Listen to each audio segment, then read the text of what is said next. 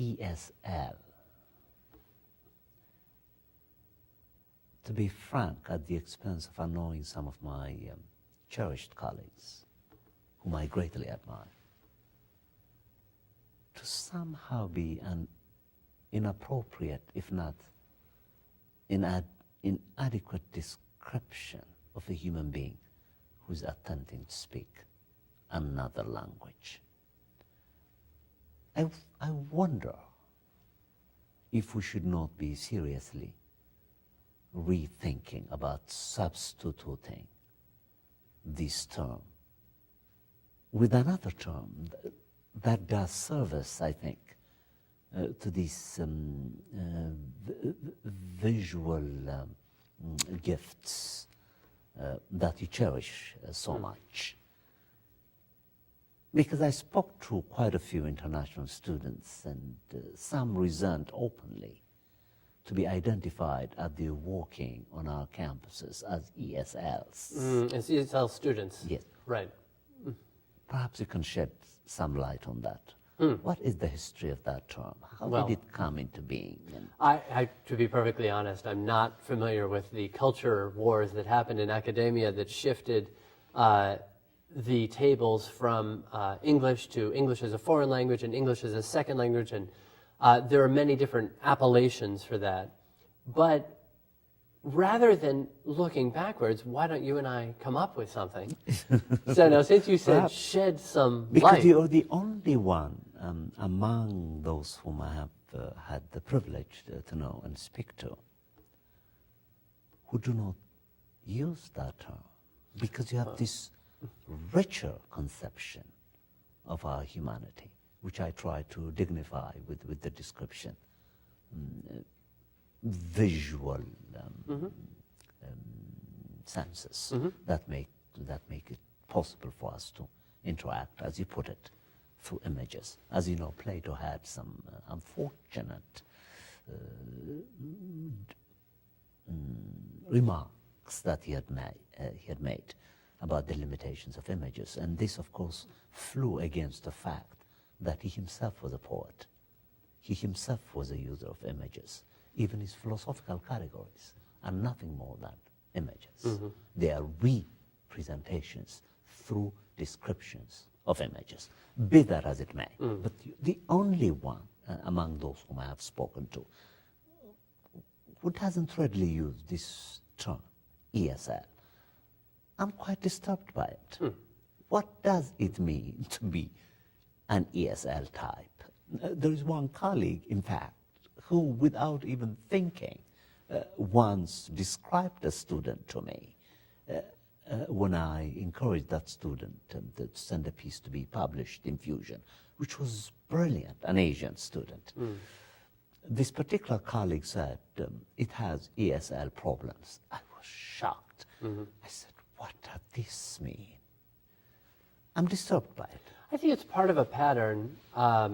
It's becoming, now, as I think I mentioned, we're dealing with a growth of international students that is unprecedented in our history. And I think the appearance of international students on many campuses in the 2000s is similar to the appearance of Jewish students on campuses at one period, of female students, of scholarship students, i.e. lower socioeconomic students. What else was there? Legacy students who were perhaps intellectually not as prepared, but came from people who had donated to the college or who had graduated from the college. So I think that's just a new iteration that reflects more than anything else a lack of familiarity on the speaker's part with those students' gifts than a real lack of talent or knowledge from those students.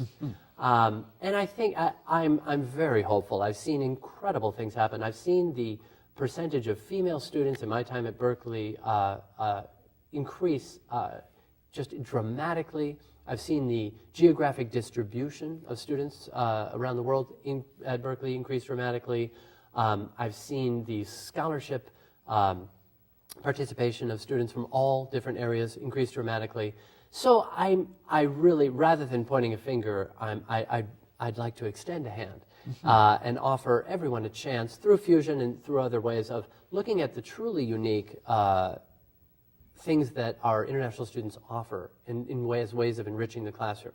I think we, as a college, as many colleges, have a very, very serious responsibility to raise the standards of admission, not to exclude students, but to ensure that actually to reduce the type of reaction that you're very talking about, to reduce the stigma. Correct me if I'm wrong, it may be an overreaction.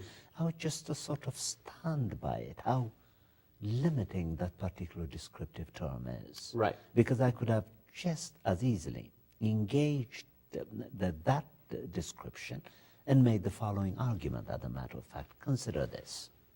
There was one particular student from Korea who, in my creative writing course, wrote a piece on me, not on me, a piece for me.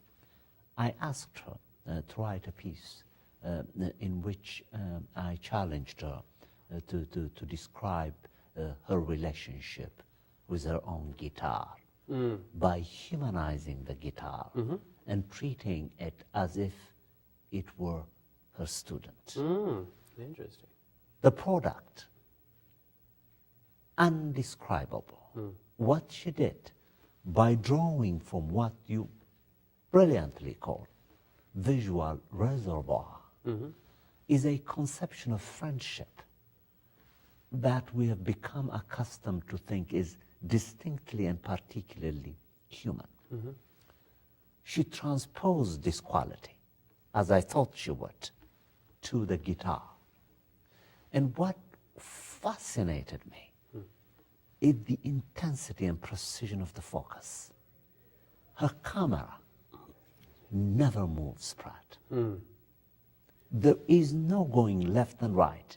Focused writing, focused description, by drawing out of her imagination to describe a friendship with her guitar in 2 pages of unbelievable prose. And of course, I look said at the to her, fact that you are describing this piece of writing, and you're describing her process, and you're using a great deal of visual imagery. You're not talking about specific sentences. Have She you says noticed? specific word. Of course. Have you noticed? Very clearly, she used whatever language was at her disposal. Limited vocabulary, That's by the right. way. And she used it to create an image so powerful. I don't know how long ago was that. This was about 1.5 years ago. Okay, so powerful that 1.5 years later you can recall quite clearly not only the piece of her writing, but her process and its effects on you.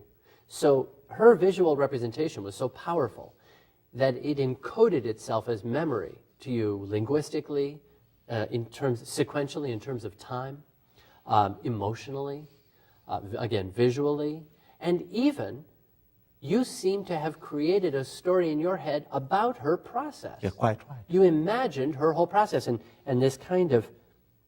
this object that became a student, she ended up developing a relationship to it. That's right. We can't get away from images. We shouldn't even try. You're quite we should right. be constantly drawing on them as, again, universal go-betweens to communicate these incredibly complex ideas and to try to make them more accessible to each other. We don't have to try to stuff all of our ideas into these visual boxes. We simply use them as city squares in which we can all present one thing, but the city square is where everybody performs. Amazing. So the part of the city square where someone will do a juggling act at one moment will be used for a political speech for another, and will be used for a gathering of friends shortly thereafter. Visuals are the same way, and you and I were talking about this.